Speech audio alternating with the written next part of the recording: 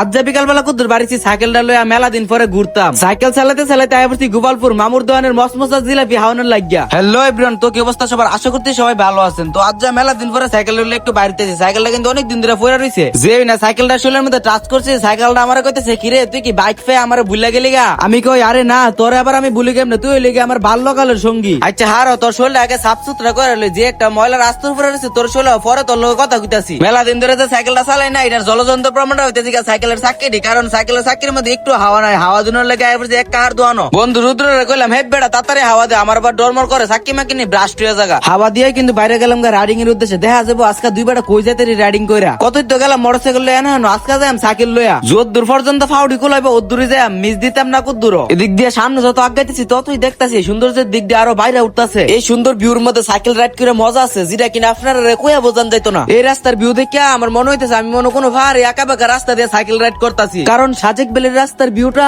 কিছুটা এরকম, ওই দুই সাইড দিয়ে পাহাড় এবং গাছপালা, মাঝখান দিয়ে সূর্যটা মাথার উপরে। এই সাইকেল রাইড করার মাঝখানে আমার একটা গানের কথা মনে পড়ে গেল, যে গানের মধ্যে কিনা সাইকেলের হাজারো পুরনো স্মৃতি পড়ে আছে। গানটা গাইতাম নি আপনারা কি কোন? আচ্ছা গাই ইলাই। সাইকেল যেদিন পুরান হইবে তাতে জঙ্গে দরিবে, রেলবাতির ওই ঠন ঠন আওয়াজ আর না করিবে।